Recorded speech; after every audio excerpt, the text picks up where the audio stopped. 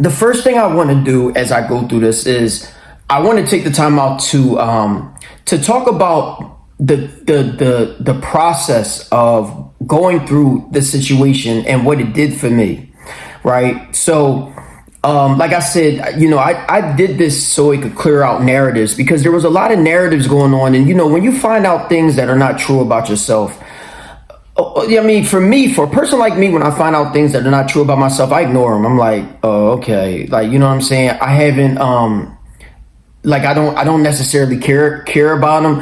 Cause I've heard things that are completely outrageous. I was like, get the heck out of here, for real. That's interesting. But some things is more, a little bit more disgusting, a little bit, you know what I'm saying? So you want to make sure that you don't let nobody run with no narratives. I mean, because those narratives could get you into more trouble. Like I said, you might hurt somebody over a lie. You know what I mean? Just because at that moment, those people think that they can, treat you a certain way over a lie. And now over that one lie, you have jeopardized your life and your freedom. So this is important. So you have to clear up those narratives right away. And one of the things that I wanted to do was I wanted to talk about how it affected me, because going to prison for something that you're innocent of is one of those things that and especially being set up. So it's one thing to go to prison, you know what I'm saying, and be totally what do they call that? When you're entrapment, you were entrapped, right? Where you're like, damn, yo, I only did this for you because we was cool. You know what I'm saying? Like, I would have not did it for nobody else, you fucking piece of shit. You came and asked me for help, which they did. You mean, he literally came and asked me for help, and this is the type of shit that he'll do. You mean, and you'll read it in his testimony when you read the testimony on a preliminary hearing, that he was like, he used to give me money. This is the type of person, you mean, I used to, you want me taking care of your family too, huh? But, and more important, the type of person Alexandria is. Now, there's going to be a time where you're going to look back in your life and you're going to say, wow, these people play a pivotal moment in my life. In your life, as you will look back. And, for me, these people played the most important moment in my life, because it was at that moment. First of all, you got to understand, they took me away from my child, which at the moment was the most important part in my life. It was the most important thing to me. But they took me away from my child. So that was a big mistake. That was a big mistake on their part. But even more important is that at that moment, my child meant more to me than even my relationship with God. Now, I want people to understand that for a second, because people are going to say things that are not true. They're going to say, how would you let a human being be more important than God? People let anything be more important than God. People let idols be more important than God. They let money be more important than God. They let their job be more important than God. How many people that will contradict their character or their religion and stuff like that to do their job? So there's a lot of things that people do that they think is more important than God. There's a lot of things that they do. The reason why I'm using this as an example is because that was so important for me that I really, truthfully have to thank them for that. Like, going through this situation revealed, well, first of all, I had an experience in prison that was so important for my spiritual development that I wouldn't even be able to, like, I would go through it again. Like, it wouldn't be, I'll go through it right now. I'll go through it again. So that's one thing. Two, what it created, what it revealed in me is, it revealed a nature inside me. It revealed something inside me that was everlasting. You know what I'm saying? It showed me everything that I needed to know about the fabric and the makeup of life, and the fabric of this universe. You know You know what I mean? And I know that you'll use big words or you'll use words that people can't quite grasp. That's because words don't have no real meaning to it. It has, words are one of the things that have no like form to it, but it does have form. Like it has energy, but it has no form, right? And then it creates a form, right? Because what happens is words are formless, but then when you hear them, they create a form in your head. And you're like, oh, like a picture in your head, right? And remember that in the Bible, in the book of Genesis, it said, God said, let there be light. You mean, and it was. But there's a reason why I'm saying that, because like the people will think that I'm mad at the people, or I'm mad at the situation and things like that. And I'm not. Yeah, I got PTSD because I went through a lot. I went through experience in there. I mean, I was taken away from my child. You know what I mean, unwarrantedly. You know what I mean, so it's going to make you upset. I'm okay with feeling that emotion. It is what it is. But it doesn't change away the fact that was so important for me in my life. It was one of the most important things that I needed to experience. Like I'm so happy that I experienced that. I needed to experience that. And what it did was like what it revealed in me, you know what I'm saying? It revealed a fabric. Like when people say they're cut from a different cloth, yo, the cloth that I was cut from, yo, must have been wrapped as the shroud of Jesus when he was taken off the cross, yo. Like that's how beautiful the fabric that I entrust. That's why I make the body that I have over wrapping the inside part of me. That's why I put so much emphasis on my body, and I still keep that joint up like in shape, and I do other things to keep myself, you know what I mean, young and stuff like that, and I don't defame my body, you know what I'm saying? Like I don't have no tattoos and stuff like that, you know what I'm saying? And not saying that does, like, you mean that defames your body. I'm just using that as an example, you mean? I don't do these things because that what is on the inside of just my skin alone is so divine. There's so much, it's so the heavenly, you know what I'm saying, that even on the outside, I don't want to mess that up. I guess that's how you would, you mean, I will articulate that, I guess. I don't know how to, you mean? So that's something that is extremely important for people. If you're a person that is a chosen one, if you're trying to be a chosen one, like there are prophets on this earth. You gotta read these books. There were prophets that were walking this earth that were divine in nature. And I know now that that's who I was. That's who I am. That I'm a divine person in nature, yo. What I have wrapped on the inside is so divine. Does that mean that I don't fall short? No, it does mean that I do fall short. I'm not perfect. I'm not perfect. You know what I'm saying? But I'm divine. You know what I'm saying? Like I have a divine, I am a believer. I have a divine connection with the most divine, the highest divine. You know what I mean? And I have the similar connection that the prophets had, that the messengers had. And I'm not going to downplay that. I'm not going to act like it's not there. It's there. And I know it's there because I have communicated with God himself. So this is important for others. When you get to a point in your life, when you reach rock bottom and you realize that God was waiting there for you, you needed to experience that. I won't ever take that back. Forget that. That was beautiful. You know what I'm saying? Like I needed that. What you got me messed up. It changed my life. It changed my life. It changed my outlook on everything. You know what I'm saying? Like it created something inside me that made everything okay. You know what I'm saying? Like it was like I'm on the right road then. I was supposed to be here. Now, and there's other people that happened to, right? So I was looking it up like Nelson Mandela. He went to jail for like 20 years, you know what I mean, and then became the president of South Africa. And there's so many statements that Nelson Mandela made, even in his book, quotes that came out of his book, that talk about how much he grew from being incarcerated and persecuted those 20 years from the apartheid in South Africa. That's really still going on for real, even though it's not as prevalent, but it's still going on.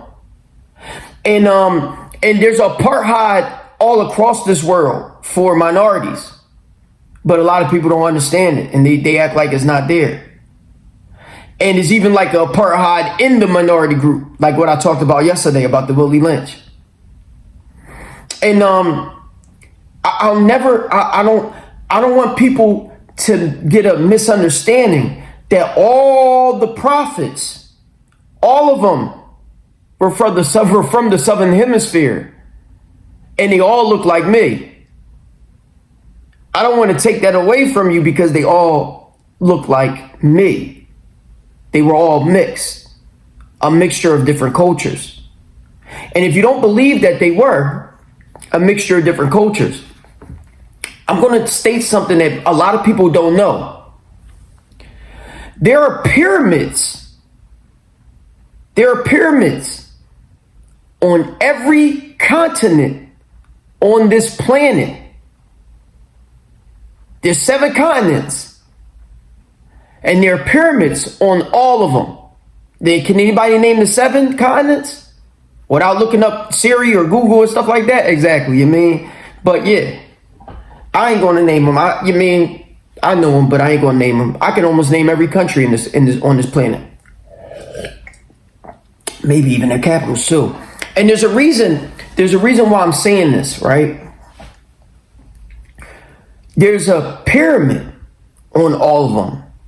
What does that represent? People gonna say, oh, that doesn't represent anything. They're not related. Really? Did you know that the deluge story is on every continent on this planet too? The deluge story of Noah's Ark is on every continent on this planet, yo. And Jesus' story of the Immaculate Conception is on every continent on this planet. It's in every tradition.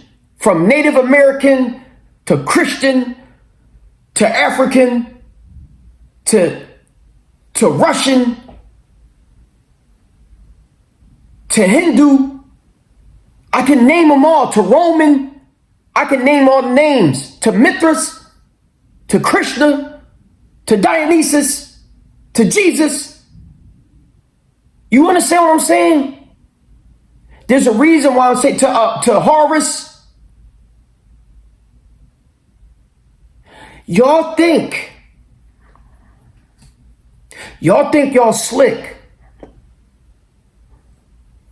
Y'all think y'all slick. Y'all not slick. Y'all unleashed me. You understand what I'm saying? When you locked me up, when you felt like you incarcerated me, you ain't do nothing but unleash me. You unleashed the power inside me that nobody can contain. I can't even contain it. You unleash the power inside me that's greater than any power that exists in this fabric of reality. See, people walking around this joint chasing these idols and have totally disregarded the ultimate power on this earth that reigns sovereign over everybody. And on that day of resurrection, when it comes around, y'all gonna see. Oh, y'all gonna see. You're gonna see that same power that we're supposed to all be connected to, that you kept disregarding, but that was unleashed inside me.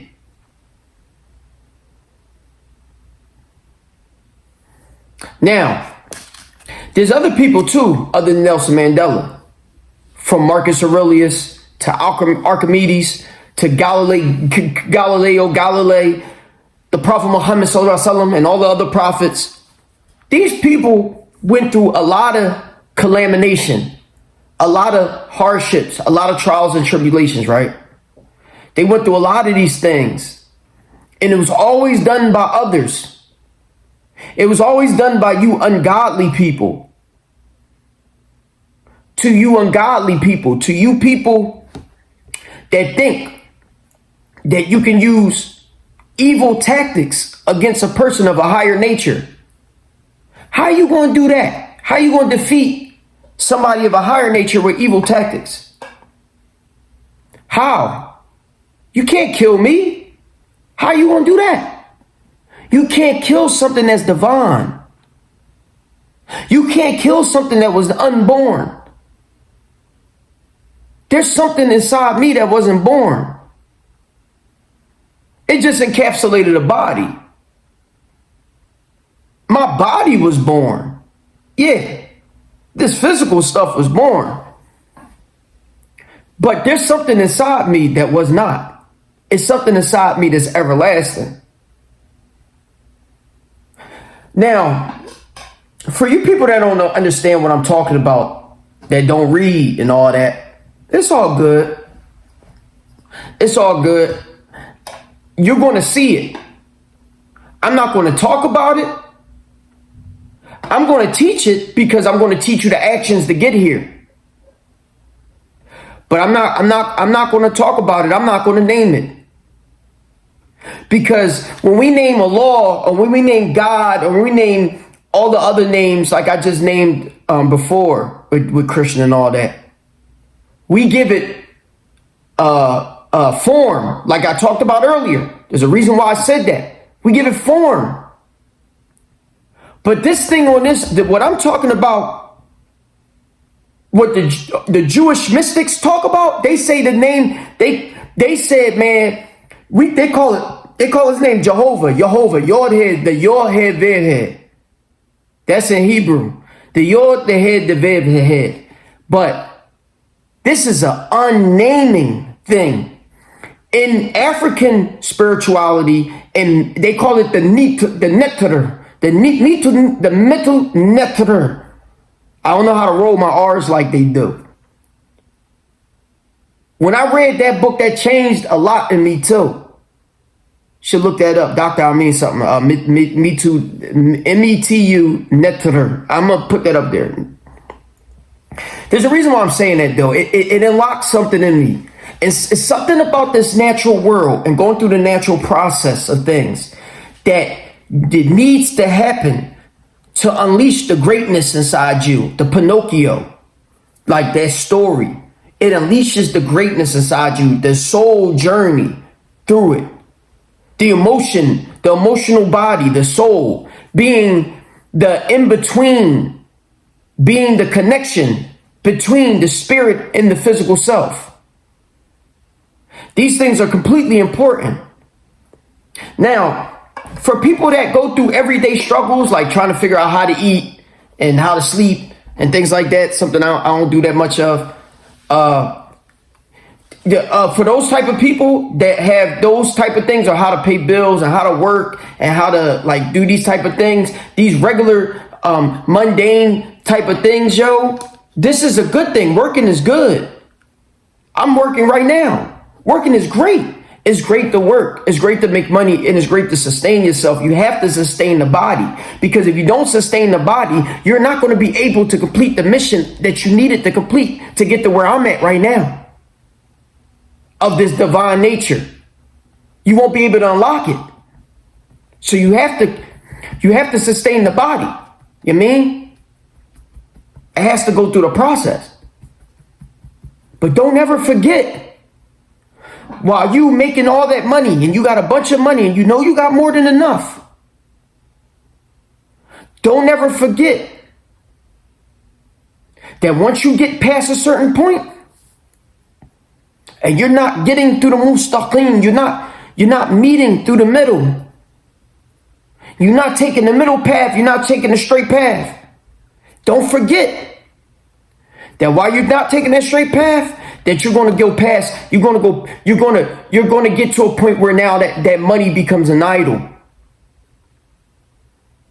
And now that job and that career becomes an idol.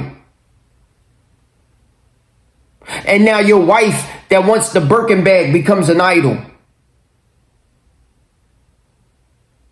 Don't ever forget that. Don't go too far. Stay straight. Now, I'm gonna go into this paper, right? I'm gonna read this. Or you know what? I don't even want to talk about this. I don't even want to talk about this for real. Especially not while talking about divine nature and God. What I'm gonna do is I'm just gonna put it up there. So I'm gonna put up the docket sheet, which is this. My procedural history, which is this. The net lawful statement, which is this, and my sentencing sheet, which is this. I'm gonna put that up, and I'll put it up maybe by itself, because I might put this up by itself because I actually really like what I said. I mean, I hope that people can unlock the divine inside themselves too, if they're not a bot. Don't forget, there's a lot of bots on here, yo. There's a lot of bots. There's a lot of people on here that sole purpose on this earth is to do wrong, but do not get it messed up, because the secret of this is that they're not really doing wrong. Right? You get it? They're not doing wrong, because in order for you to see the light, you gotta be in darkness. You got to be in darkness. Darkness created the light. You got to understand that. You got to understand that in order for you to see the beauty inside this goodness, inside God, you got to be in darkness, yo. You got to. That's how I know that this earth is on its way to having a lot of cataclysm, because of how dark it is right now, because of humanity. The only person who got light is me. But humanity needs to be unlocked. And there has to be that second coming, because a lot of people don't believe it could be them. And that's the sad part about it, because a lot of people do not believe that they could be the second coming, because they're expecting it to be somebody else. And I'm gonna bring that to y'all attention, because that's how I did all my life. I wanted it to be somebody else. I wanted it to be somebody else. When I looked at when I looked at people that I felt were better than me, as far as mistakes or things like that, I always look at people. I'm like, oh, he ain't make the mistakes I made, so he better than me. He could get the position or whatever. You get what I'm saying? I did look at people like that. I'm not even gonna lie to you. I don't feel like I'm fit to be president of the United States. I don't know if I would want to be that, but I'm using that as an example. Is that when I look at stuff like that, I may not be fit for that. You know what I mean? And it's not because I have things in my past that I've done that's wrong. It's just the fact that I don't even know if I want to contaminate my own character with that, because of all the decisions you got to make. Because you're going to be on the wrong end of the decision. Somebody's not going to like your decision. You get what I'm saying?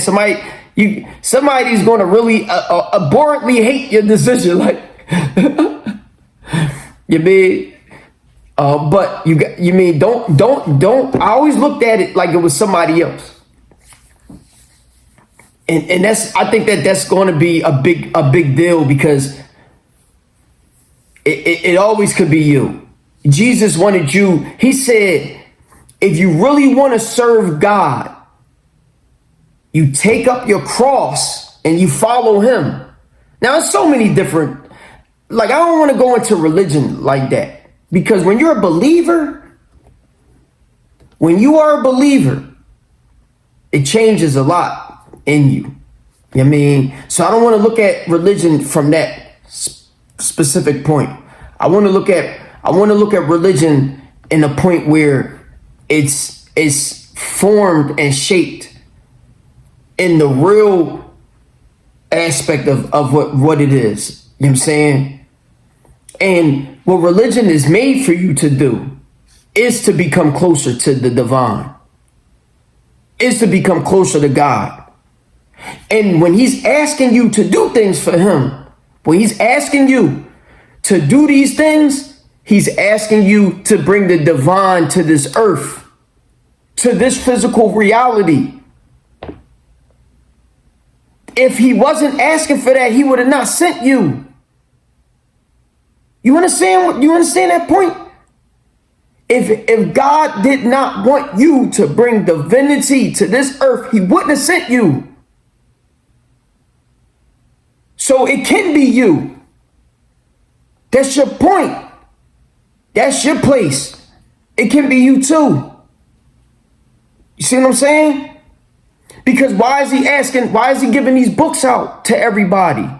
Why is he giving his word to everybody? He not saying, oh, shoot, I want Xavier Higgins to do this and I want Jerry to do this. No. He said it for everybody. So that means everybody can be that. See what I'm saying? So I always wanted it to be somebody else. Until I realized that it was me. It was me. That I'm divine. And I have something inside me that's been with God for ages, throughout time. There's no such thing as time over there. That's been on the right hand of God for ages, man. This is something that, it takes to go through persecution. It takes to go to hardship to form. Gold is formed through metallurgy process where you have to burn off the iniquity. Lead being transformed into gold. You got to use flame and hotness, a certain temperature. You got to be burnt. You got to be forged. You got to be molded. You got to be polished.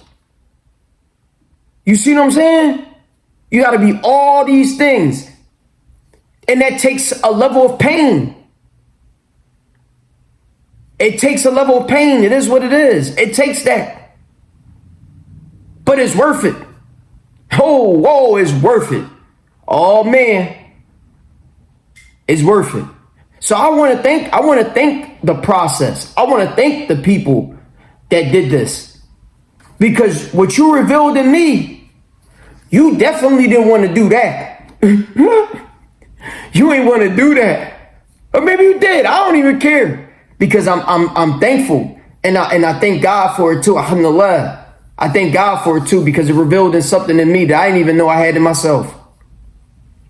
So that's it.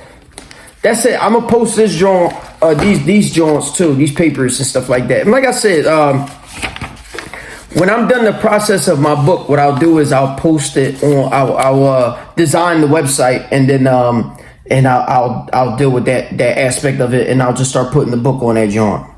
So that's it. I got more that I'm gonna post up there. I'm gonna make more of the joints. So, but it may not be on this series. It may not be on the innocently incarcerated series. So, all right, I'm done. I'm going.